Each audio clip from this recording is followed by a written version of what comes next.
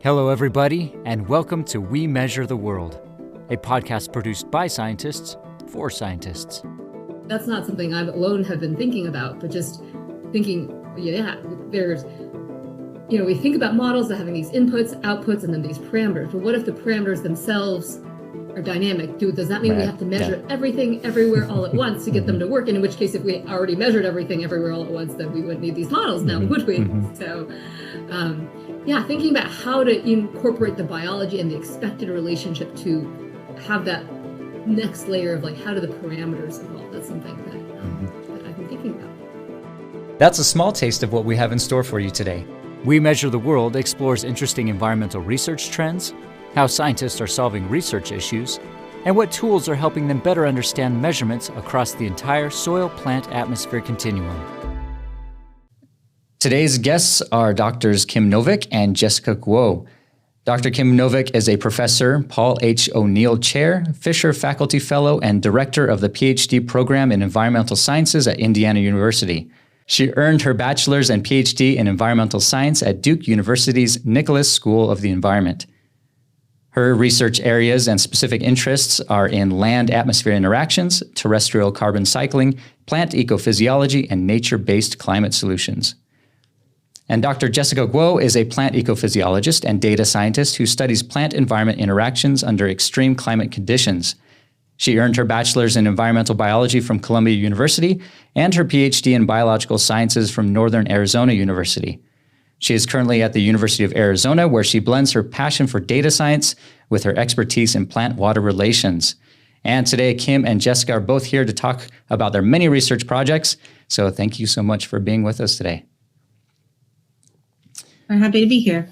Thanks for having us. All right. So definitely today we wanted to talk about and get into your projects and research interests. But first, can you just tell us a little bit about your backgrounds? We'd like to know how you got into the sciences in general and how you worked your way into the fields and specialties of environmental and climate studies. So I don't know, Kim, if you want to go first with that. Sure, I'll be happy to. My path started as an undergrad. I elected to major in civil and environmental engineering, born out of just sort of a general affinity for math and physics, and of the engineering majors that were available at the university I attended. Civil and environmental engineering seemed like it offered the most potential to sort of do good in the world. It was, I think, my junior year. I participated in a field trip out to a set of Ameriflux towers in the Duke Forest, run at the time and for the duration of their existence by Professor Gabby Catul. And we got to climb the towers, which was really fun and exciting. And I thought, well, that might be an interesting way to spend a summer. So I emailed Gabby to see if he was accepting undergraduate research assistants. And he sent me a very short reply, send me your transcript. And I did. I guess it passed muster because that turned into a really excellent summer research experience that turned into a senior's honors thesis that after a few years out working in the NGO sector, eventually turned into my PhD. And so, most of what I've been doing since is working to apply what I learned about measuring land atmosphere fluxes of carbon, water, and energy to understand ecophysiological processes at a range of scales, but also to apply that knowledge to solve practical problems, as I like to think of it. For example, concerning questions surrounding nature-based climate solutions and drought monitoring and those sort of applications. Great. And Jessica, how about you? Yeah, so I'm from Arizona, from Phoenix, and I couldn't wait to get out of the state. Note I am back here now, but at the time I was like, New York City, that's about as different from Phoenix as I could, my mind at the time could imagine. And I got in with the E3B department, ecology, evolution, and environmental biology. And I took all the courses they had, did a summer research internship in forest ecology in Wisconsin-Madison. There's a lot of pretty classic community ecology driven questions. But one of my mentors, Shahid Naeem, was interested in biodiversity and ecosystem functioning, and that really got me thinking about the functioning and kind of functional trait side, which is still a very popular field now. And when I went to Northern Arizona University, I, wanted to dig deeper into mechanism. And so that leads me to plant ecophysiology. My master's project was on trying to do plant ecophysiology at the community scale. It involved a lot of field work, a lot of lab work, and yielded data that were not easily analyzable. So that's when I kind of took another turn towards more quantitative approaches.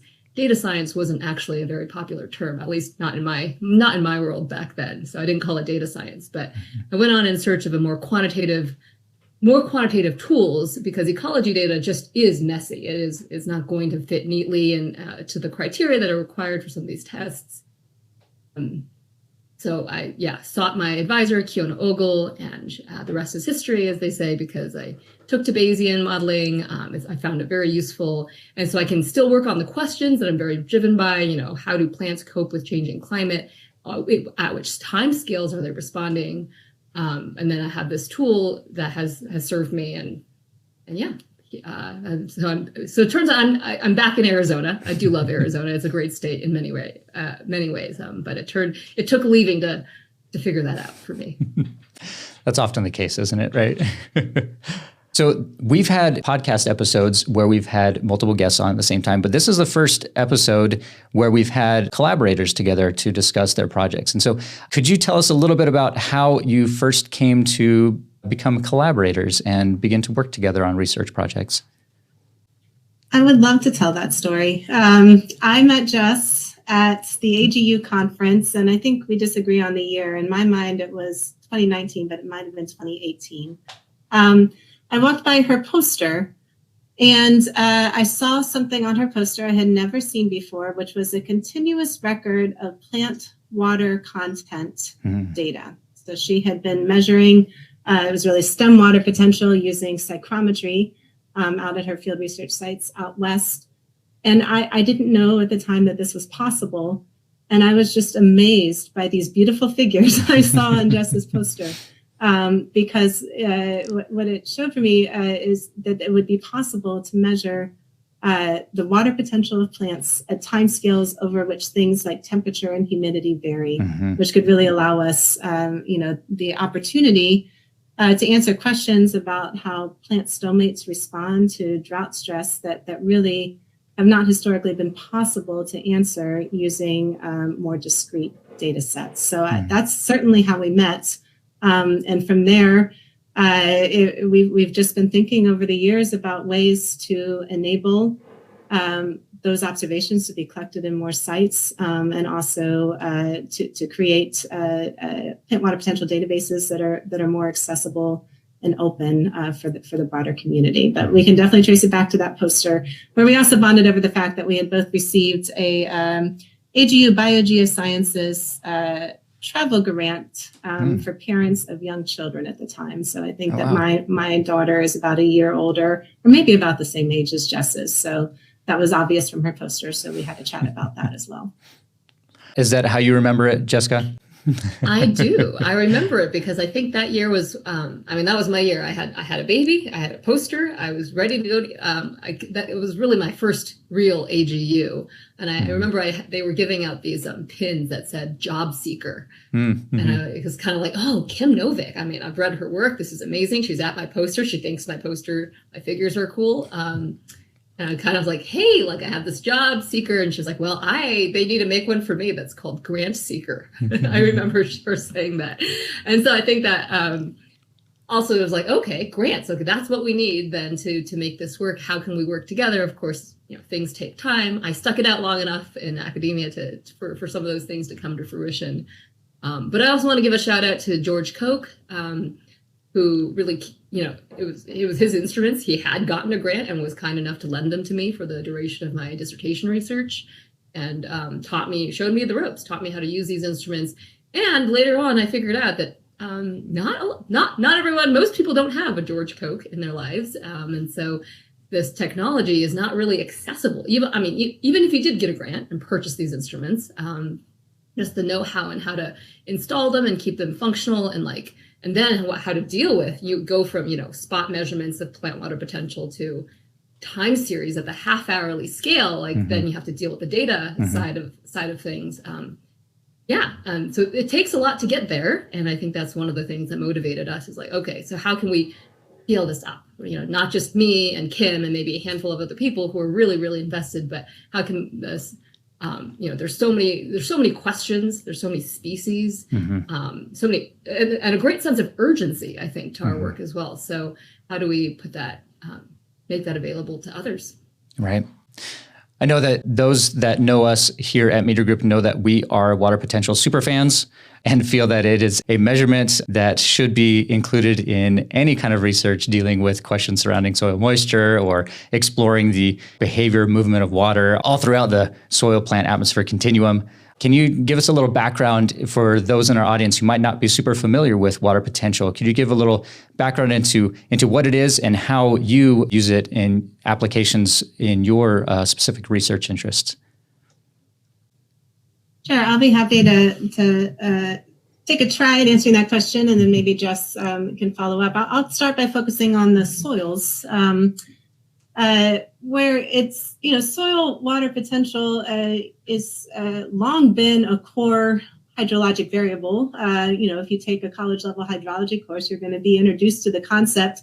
It's usually negative in soil, so you can think of it as a measure of the tension under which water is bound to the soil. And it is gradients in water potential that move water from one soil layer to another or from one place in the soil to another. But also gradients in water potential between soils and plants that move water through plants and then eventually to the atmosphere. It's a variable that shows up in Darcy's law and that shows up in Richard's equation. But at least in my world, it's not a variable that we routinely measure in the field. I think that we certainly should do that more often. And I applaud Meter for providing us with some instruments to make that possible. But historically, in ecological research or ecosystem science research, we measure soil moisture content, which is a little bit different. It's the volume of water in the soil, not so much the pressure under which it is bound. And there are some things you can do, some tricks you can try to convert between soil moisture and soil water potential. But depending on which tools you're using, these can end up being very uncertain conversions. But the truth is, for many of the questions that we seek to ask, such as what determines stomatal responses to declining soil water, or what determines the water potentials within the plant that can ultimately drive drought-driven plant mortality, we really need to know water potential. And so we are very enthusiastic about, on the one hand, motivating the community to either make more measurements of soil water potential in situ, or to do some of those lab-derived water retention curves that can allow us to make the site-specific comparisons. But also just to recognize that, when we want to understand how plants are responding to the environment, it is water potential that is ultimately the more relevant driver most of the time than soil moisture content. Yeah. And then maybe I'll punt it to Jess, who might be able to tell us a few things about the water potential in plants. Well, that's just as was alluded to, it's just a key measurement that should be measured with when you're measuring a lot of other things about how a plant is functioning, say photosynthesis or other fluxes. It's nice to get a sense of what's the water status of the plant. And so I think that in that regard, measuring plant water potential is key to understanding, right? And so in plant ecophysiology, we don't have the same kind of functional trait where you can take one measurement and that represents a certain characteristic of a plant. We often look at how it changes along a gradient. So kind of like, ACI curves where you change the level of CO2 inside your chamber and measure the photosynthesis, how photosynthesis reacts to that. In plant water relations, we often look at as the leaf or the branch dries down and the water potential becomes even more negative, how does that affect the hydraulic properties of the tissue, of the conductive tissue in that stem or in that leaf? And so that can give us parameters such as, so vulnerability curves can give us something like P50, or the water potential at which 50% of the maximum conductivity is lost. And as if you're doing this on leaves, you can get at things like turgor loss point. At what point do the leaves lose their turgor and collapse, and that generally is considered not reversible from there. So those are important factors that we, in a lot of traditional ecology work, we want to know, like which species are more vulnerable, which species are less vulnerable. Under climate change, what can we expect from species A versus species B? And so, yeah, the water potential is quite critical to all of those. And so those are more kind of snapshot, maybe parameters, but with some technologies that are monitoring both soil water potential continuously and are also possible to measure plant water potential continuously, can get at some of those other time scales of questions like what happens when a rain event happens, or what happens during a heat wave. Right. That wasn't previously possible with the manual measurements. Right. Can you speak to, I guess, go into a little bit more detail on some of the successes that you've had in making water potential measurements in soil or plants? I'd love to hear Jess tell us a little bit more about her work on the creosote and the other charismatic species we find in the Southwest, because she's again, I think really pushing the envelope in terms of what's possible for measurements in plants out there. Oh, sure. Thanks, Kim. Yeah, so the creosote bush, Larea tridentata, is this very drought-tolerant shrub, and it's just known in the literature for going down to pretty extreme water potentials. So because of, and desert shrub, not very fast growing, it's unusual in many ways, and it's surprisingly really has really taken to being monitored for the stem water potential. And so the way these products work is that you expose the surface of the xylem and you attach a sensor to it and you seal it really well. But that can be affected by things like the wounding response of the plant or the plant tissue growing into the sensor. You do have to rotate them. And so I look back on it. I think all of us can have, down moments where we're like, oh man, that was just bad luck. I missed out on this opportunity or that opportunity. But I really have to say that I had just the incredible luck of being able to learn about these sensors from George Koch and working in a system when I was at ASU, temporarily at ASU, to work with a shrub, a plant species that just really worked very well with the sensors. And so, yeah, the time series produced there, because the variability in the Sonoran Desert, really dry periods followed by really wet dynamic periods, experiencing all those different environmental conditions, you can also see that variability so clearly in the water potential time series. And it's led me to think differently about, kind of classifying entire species as very drought tolerant or very drought avoidant, because plants are living organisms, and especially I think if they're in environments where the conditions are known to, they've evolved for these conditions that are go from extremes, they can have different strategies for those different times. You're talking about extreme areas, and I think a lot of our audience might be familiar with permanent wilting point. What are the plants that you're studying out in the extreme, Sonoran deserts and other places? What is their tolerance level? I'm sure the creosote has a permanent wilting point, because if you push the envelope far enough, plants are not going to be able to handle that. But I've recorded water potentials of pre-dawn water potentials in creosote of down to -9 megapascals. Okay, megapascals. All right. Okay. Yeah. Yeah, -9 megapascals. What is that? 90 bar. And so, and I think this particular plant, it is on the extreme, right? So it has properties that let it, so even after the leaves lose turgor, they're able to, after rainfall, recover and keep growing, which is not typical, I think, of plants. And so, yeah, there is a species in Australia that I've read of having more negative water potentials than creosote, Really? but I think that's about it. That's wild. So I don't know what the permanent wilting point is. haven't got there yet. Haven't gotten there yet. That's super interesting. What are some of the other difficulties you have encountered in measuring water potential? Well, so when you're working with something with water potentials as negative as creosote, running out of gas is like the number one fear that I have. For my dissertation study, and then now for some current work, my plan is to just whole hog deliver a whole giant tank of pressurized air to the site to avoid that problem. With the small portable tanks, just never know when you're going to run out. And then it also takes a lot longer. So some people, are like, oh yeah, you can, go out and measure like 30 plants. I'm like, well, the amount of time that it takes to get down to like a -6 or a -9, it just, you can do fewer samples, and then you have to let the air out slowly sometimes as well. So that's one thing that, but in my favor are that the creosote are short, so I don't have to do any kind of pole pruning. I just heard from I have done the aluminum pole pruning before and some aspens. That was really tough and physical. I just heard from someone at NAU the other week about carbon fiber window washing poles. I don't know if this is something that you guys could explore. Apparently they're pricey, but it might be worth it, because he's like, yeah, you can just lift it with one hand. Oh, wow. There you go.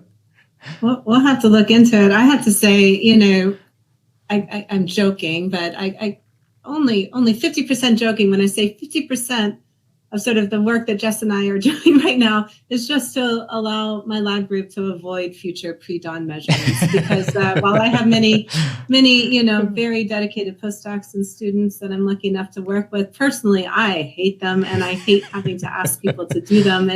It's hard, and we work in tall forests, so our trees are 30 plus meters tall, and it's hard enough to access the leaves when the sun is shining, and it's really hard to get to them in the pitch black darkness. The benefit of those pre-dawn measurements is that it gives you a proxy for what the soil water potential is over the integrated root zone. So we're always sort of scratching our heads to think if there might be other ways that we can get at that that don't involve driving an 80-foot boom lift around in the dark at 4:30 in the morning. But it is hard when you work in big forests. Accessing the top of the canopy is a real challenge for us. We tried everything. We have the slingshots. We get the boom lift out. It's really a cherry picker truck, and we go up that way. But then we're sort of limited to trees that grow by the little road. Some groups are able to access leaves from their ecovariance towers, but ours isn't quite close enough to any of the trees, so that doesn't work for us. We are prohibited from firing a shotgun in our research area, so that's off the table. But it is one of the biggest headaches of our work is just getting to the leaves of these tall trees. Oh, man. How about measuring water potential in soils? What are some of the difficulties there? Interesting question, because I think we're still not at the point where we have, perfect sensors for the task, but we have sensors that are better than they were historically. And so when I try to think about why is it the case that most of the time in field research settings, particularly in the ecological and ecosystem science community, we measure soil moisture instead of soil water potential, I think it's because simply the measurements have historically been easier for soil moisture content. We're just starting to get to the point where we're installing in situ soil water potential sensors. Teros 21, I think if I got it right. Yep. And we've been quite pleased with those so far. But we work in fairly music environments. We would never see plant water potentials of -9 MPa. In our worst droughts, maybe the soil gets down to -2 or 3 MPa. So we're working within a much more limited range.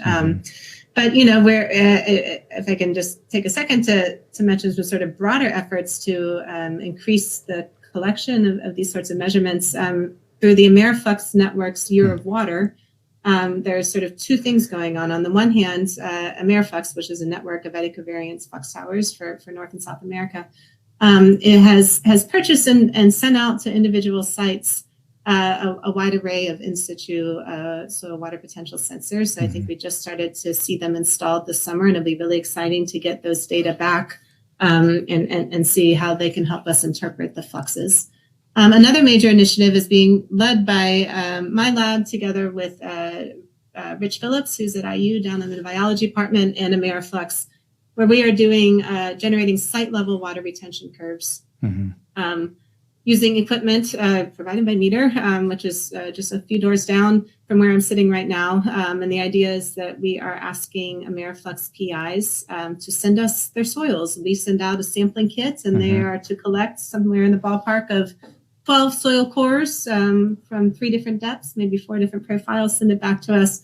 And we're analyzing those samples for saturated hydraulic conductivity and the water retention curve, soil texture, and fine rate density, which is data that will again return to the network. And so the hope is that we're beginning to generate the information necessary to transform those historic observations of soil moisture content into estimates of soil water potential, which I'm really excited to see how this plays out, because it's so common in our field to relate some sort of ecosystem process. Maybe it's GPP, which is canopy scale photosynthesis, or evapotranspiration, or stomatal or surface conductance, the soil moisture content. And so frequently we see that those relationships appear to be threshold driven, right? There's some range of soil moisture where we don't see much of a change in photosynthesis or conductance, and then we reach what appears to be a critical threshold, and then things start to decline rapidly.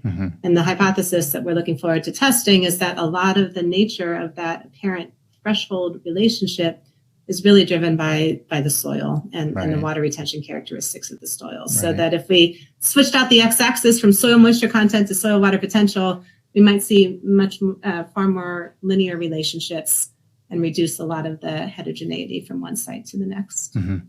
Stay tuned, but we will be making an announcement soon to collect more soils as part of that project. And I want to particularly acknowledge Daniel Beverly, who's a postdoc that's been really driving that project forward, together with Alexander Cruikshanks, who's a postbac research assistant, who I'm pretty sure at some point in the near future will be pursuing graduate school applications.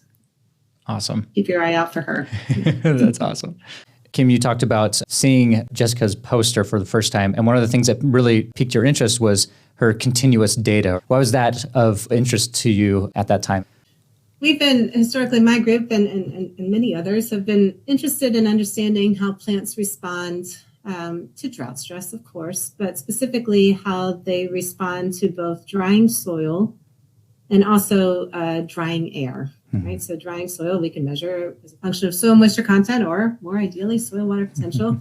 In the air, the best proxy is the vapor pressure deficit. So the difference between the amount of air the atmosphere can actually hold and then the actual water vapor content. And so, as a drought unfolds, usually soil water declines, but often the vapor pressure deficit also goes up. And these things tend to happen together. So through land atmosphere feedbacks, as soil moisture dries, VPD goes up, but plants can respond independently to each stress. So if you can grow a plant in an environment where VPD rises, but soil moisture stays the same, you will still see declines in stomatal conductance and photosynthesis driven by plants actively closing their stomates to avoid excessive water loss to this drier, thirstier atmosphere. But because these things tend to go together, using data collected at weekly or monthly timescales, it's very hard to disentangle the two. Right. However, it is very straightforward. Let's say reasonably straightforward.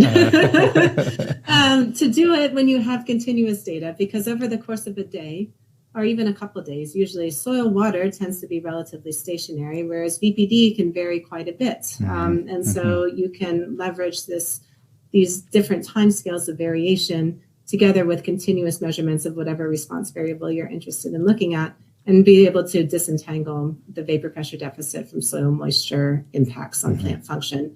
We've been able to do this quite well. There's no shortage of studies that are doing this, using data from eddy covariance flux towers, which come in at a half-hourly or hourly time scale, and also from sap flux measurements of tree water use, which are also made continuously.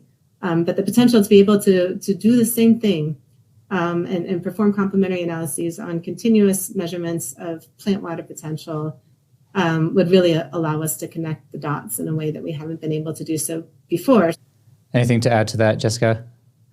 I think I just want to reflect that it was amazing that Kim saw that and was immediately honed in on, oh wow, that is a game changer, because I had tried to pitch this same idea of we're going to go from these manual measurements, spot measurements, to continuous measurements, to various other, as a grad student, small grants to support. And they generally just came back as reviewed as not very, there's sensors for everything, what's so exciting about you using a sensor? That doesn't sound all that novel.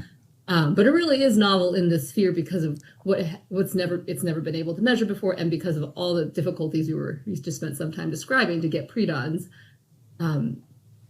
And I think pairing that with other sensors, like at the same time scale, I think that's really where a lot of my interest also lies, like sap flow. And I haven't used these myself, but other people use the dendrometers. And maybe there could be, some people measure wood water content. And so pairing these together, looking to, just like, it's still a wide open question, I think, like what are some of the good proxies? Maybe there's some good relationships between these. I personally think that being able to instrument a plant with the water potential, maybe soil water potential, the sap flow in the stem, and then a branch of stem water potential, looking at that gradient, we can calculate hydraulic conductivity in situ and see how that changes, that versus, harvesting a stem and doing those dry down measurements I mentioned before in a lab setting, like doing that on a living tree or a shrub as the environment is changing, as the BPD or the soil moisture content might be changing. I think that just gets us closer to closer to the mechanism of what the plants are actually doing, right, instead of these extrapolating from snapshots. In extrapolating from snapshots, how then can we work with these more powerful modeling systems to work with the data that we have, or maybe kind of overcome, I don't want to say overcome the limitations of the sensors, because garbage in, garbage out when you're dealing with the data. But in your practice and in your experience, how have you been able to better model these complex processes within soil, plant, water interactions there? Yeah, thanks for that question. I think about a lot like how the plant itself is responding. So the biology is really interesting to me, but the biology is still, there's still inputs, right? The plants are sensing the external environment and then responding in a particular way, depending on those conditions. And so one way I've been, or like taking this snapshot approach, but like having these longer time series using the same kind of theoretical framework, is be able to see, okay, well, how do these parameters themselves change over time? And can we expect especially something, is pretty obvious in a creosote, because they're an evergreen species, and in June, they look just mostly dead. They don't look all that, they keep their leaves. The leaves are brown at that point, but they're still living and they're still photosynthesizing. And so like it's just natural to say, okay, well, clearly creosote at this point isn't behaving the same way or responding to the environment in the same way as it does in a wetter, more suitable a time period. And so, yeah, and I think that matters a lot for these fluxes, right? Like, creosotes are really dominant, and across these deserts, there are some places where it's pretty much creosote's the only major woody plant out there. They might not be highly productive. They're not as productive as other ecosystems, but that variability, they account for a lot of the variability in the carbon cycle. And so, and then if we try to then put a snapshot parameter into one of these biophysical models that have lots of systems of equations that explain our best, that represent our best understanding of how photosynthesis works, it's going to underestimate, or maybe overestimate, but mostly underestimate what's going to happen, because you're like, it's a drought tolerant plant, its parameters are really low. That's not something I alone have been thinking about, but just thinking, there's, we think about models that having these inputs, outputs, and then these parameters. But what if the parameters themselves are dynamic? Does that mean we have to measure everything everywhere all at once to get them to work? And in which case, if we already measured everything everywhere all at once, then we wouldn't need these models now, would we? So, thinking about how to incorporate the biology and the expected relationship to have that next layer of like, how do the parameters evolve? That's something that that I've been thinking about. Right. We have been hearing about your efforts towards standardizing a national meteorological network that would include water potential measurements. And you've published and presented on this topic. Can you tell us a little bit more about this idea and the goals surrounding this potential network? Yeah, we'd be thrilled to do that. So the network is called SciNet, because we often abbreviate water potential with the Greek letter psi. So PSINET, SciNet. And I think just a little bit of background. It's an idea that's been been kicking the idea around for a few years now, and it involves a much broader team of collaborators than just Jess and I. But the original idea sort of was born out of two things. The first is sort of the recognition that in many fields of ecosystem ecology or ecophysiological research, we have developed these really accessible and open databases whereby individual site PIs will collect data and then frequently voluntarily share the data to networks like Ameriflux or FluxNet or SAP-FluxNet in a way that they are accessible and open to the global community. Just to take a step back, I mentioned earlier in our discussion how I had started my PhD work on some Ameriflux towers in the Duke Forest, and I really didn't know much about the scientific enterprise at the time. But what I knew, I had learned from my advisor and the lab group, was just that we collect these measurements and we use them to answer questions we're interested in. But we also give the data to the network. I said, well, that makes sense. That must be how science is done. And it took me a long time to realize that the Flux community, the Ameriflux community, and sister networks across the world were really kind of on the leading edge of sort of this transition to open, accessible data sharing. And so I'm very lucky, I think, to have been sort of brought up in a community that places such a high value on that service. The other observation is when I think about plant hydraulics research and ecophysiological research more generally, specifically when it concerns the function of things like plant stomates, I get the impression that we're a very theory-rich but data-poor field, which might be a bit of a surprising statement to some. So to say exactly what I mean, I think, just the functioning of plant stomates, which on the one hand is relatively quite straightforward. They are either relatively more open or relatively more closed. Is on the other hand so complex, right? Especially when we want to connect those dynamics to what's happening with water flows through the stem and what's happening through the soils and what's happening in terms of plant risk of mortality. And so we see these very beautiful papers being written all the time. They're largely modeling papers that present different ways to model the dynamics of stomatal function, which is a really noble goal. I mean, stomata are the pathway by which CO2 enters plants through photosynthesis, and thus the pathway by which most of the energy to support most life on Earth is created, right? Yeah. So it's an important thing to study. We've got all these models, these very nice mathematical models, but it seems that we lack the data necessary to evaluate and cross-compare them, because particularly when we're thinking about water potential, but also I would argue some of the other traits that are really important pieces of the puzzle. We do not yet have these open, accessible databases of the time series of water potential that are necessary to link environmental drivers to sort of ecosystem scale responses like photosynthesis and evapotranspiration. So we're hoping to fill that gap by creating a database that would aggregate pre-existing and new observations of plant and soil water potential. And we will happily accept observations made with pressure chambers, so discrete plant water potential observations, as well as increasingly frequent attempts to measure those data continuously. And so we are really excited to kick the project off. We're going to pair it with a lot of in addition to building, let's say, a network of data, we're also excited about building a network of people. So there will be a lot of programming associated with the network, webinars, and early career training opportunities, and a distributed graduate seminar down the line, workshops, conference sessions, that sort of thing. But yeah, it's been years in the works, and so we're really, really excited to get it kicked off this year. That's awesome. Along with that as well, you talked about, building this kind of community of researchers as well. Are you interested then in also improving or creating kind of best practices when it comes to observations and measurements within and interpretations of water potential data?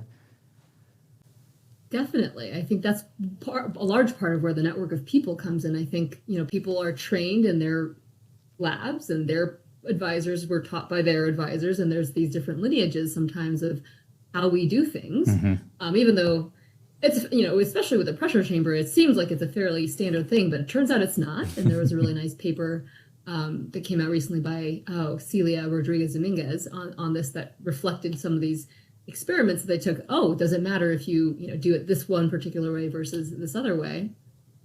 And so we want to collect some of that. Like, how do we, first of all, even just to make a database at all, what is the standard data reporting format? Can we agree on that as a as kind of a field, and we want as many people's thoughts and opinions on this as we can get. I only know the way that I was trained, really. And so it's been eye-opening in some of these conversations we've had to build SciNet across the globe, really, international team of researchers that we have different takes on this. And I think it's also because it's very plant specific. And that's a lot of the problem with some of these instruments that are plant instruments, is like what works for you on one species is just plainly not going to work for someone else. It depends on if there's resin or for pressure chamber methods, it's like, how big are your leaves? How big are your petioles? Like, will it fit? Like, all kinds of things. And are you trying to get a snapshot of lots of different species, or are you focused on like the variation within a species or within even different branches of the same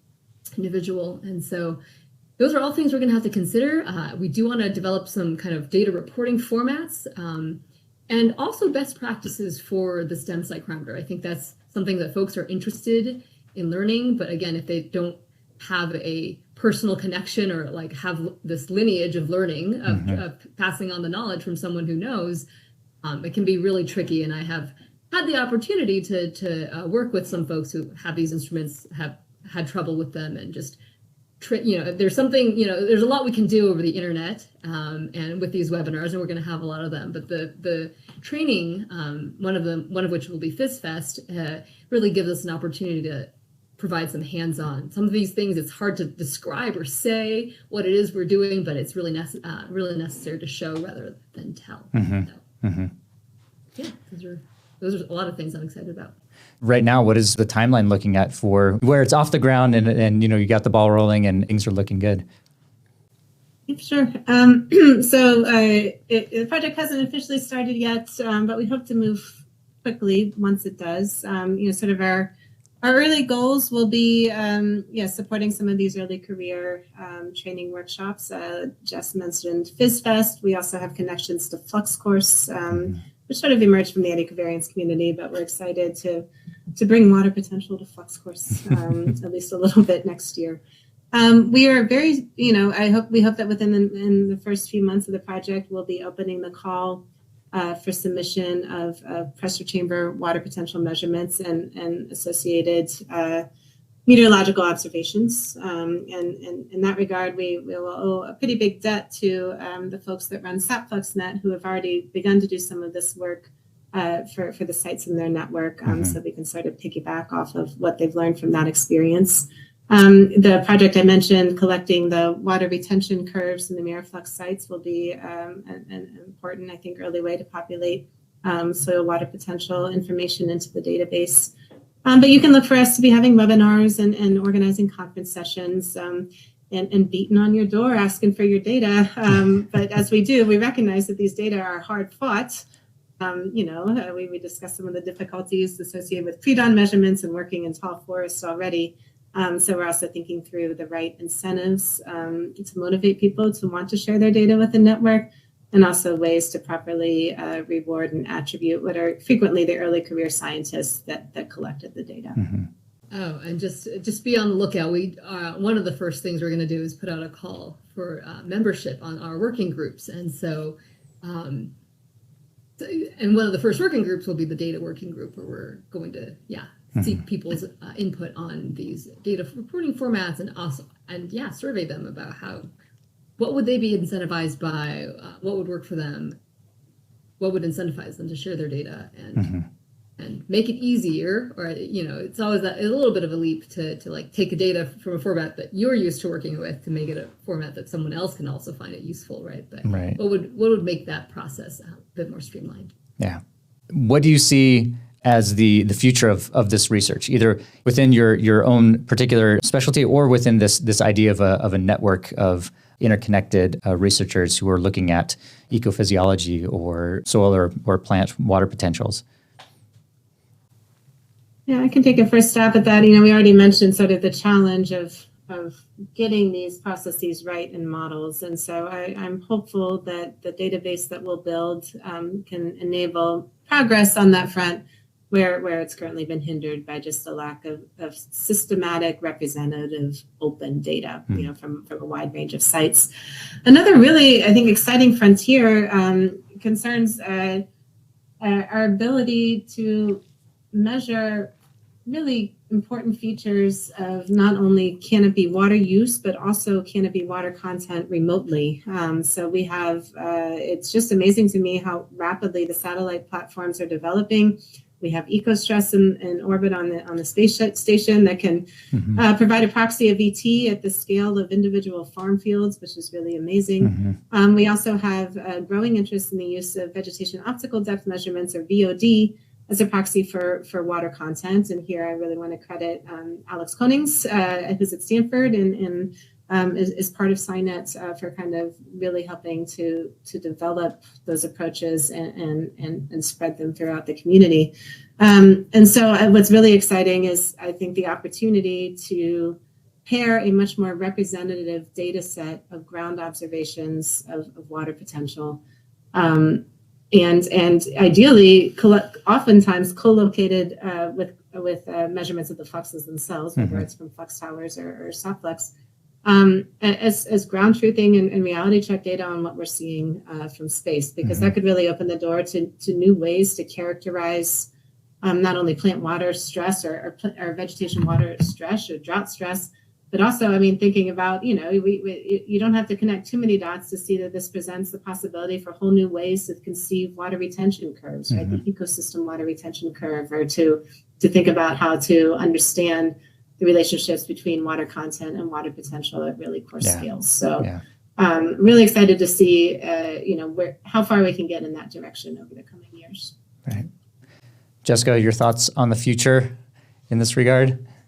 Yeah, well, Kim covered it very nicely. There's a lot of things we don't even know that it could be useful for, and as validation data sets for these newer data platforms.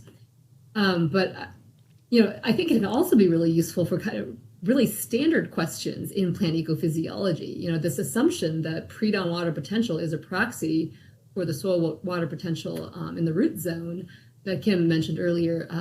That's not always going to be the case. And there's individual papers that have gone out there and done fine scale measurements to show that that's not always the case. But we don't have a good idea across the board, like under what conditions does this assumption hold, or species?